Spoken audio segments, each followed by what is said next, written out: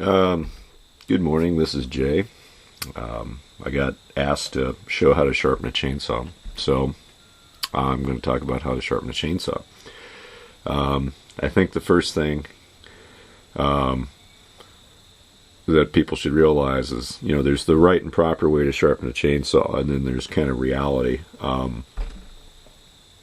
Here in Hawaii, we have kind of a unique environment for chainsaws, mostly meaning that almost everywhere you're cutting, you're always within about 4 inches of lava, and it's practically pretty difficult to get through a day of cutting without sticking a chain into the rock someplace. So, effectively maintaining an ideally factory sharp, factory oriented chain is not too practical unless you're going to be throwing out a lot of $40 chains. So I'm sure that there's going to be some old school guys that are going to say, hey, you do it this way or that way. Well, that's true, but necessity is the mother of invention, and sometimes you have to depart from the dogmatic center to somehow survive this. Ideally, it's nice to sharpen chainsaws with files.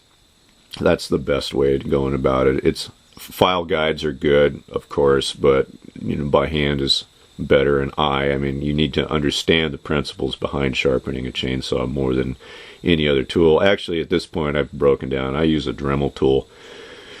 Dremel tool doesn't really do a very good job because the stone has a tendency to overheat the blade tips or the cutter tips.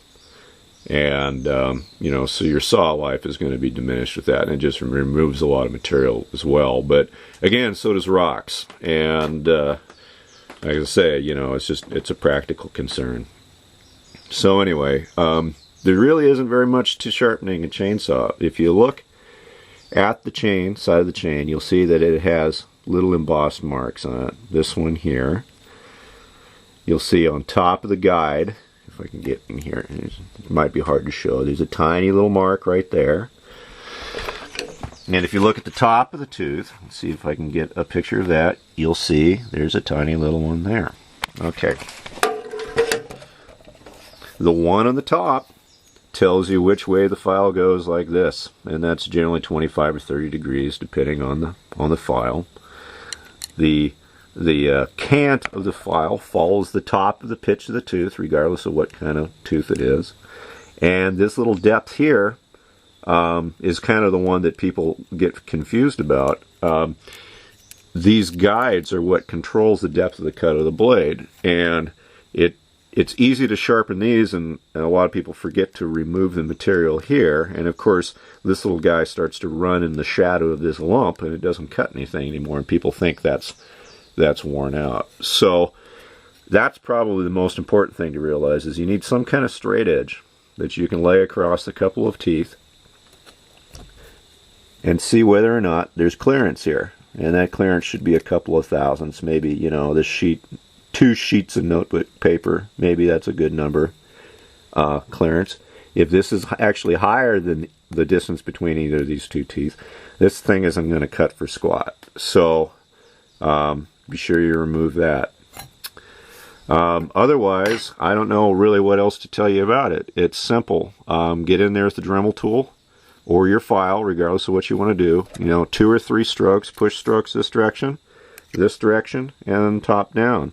If you make mistakes, you're going to know symptoms. If you sharpen one side too fast and one side more than another side, then the chain won't have a tendency to cut straight. If you're getting little tiny sawdust and you're not getting chips, then very likely the guides here are too high. If these are cutting so fast that the saw clogs up and bogs down, you've probably gotten too aggressive with cutting down the guides. All in all, you're going to find from the old timers all sorts of theories about how they sharpen chainsaws. The guys that race chainsaws change the profiles of these teeth. Some of them will depart entirely from the 25-degree angle or 35-degree angle. A lot of guys will mix 90-degree angles in there on occasion. In fact, that's what turns a crosscut chain into a rep chain. So, fiddle with it. You're not going to really get yourself in trouble as long as you don't do anything stupid. Remember that, sharp is good. The final indicator is what the sawdust looks like on the ground. It should be chips. It should not be sawdust. And the saw should cut easily. It should not have to be forced. I don't know. Like I say, that's about all there is to it. If there's any other questions, ask me.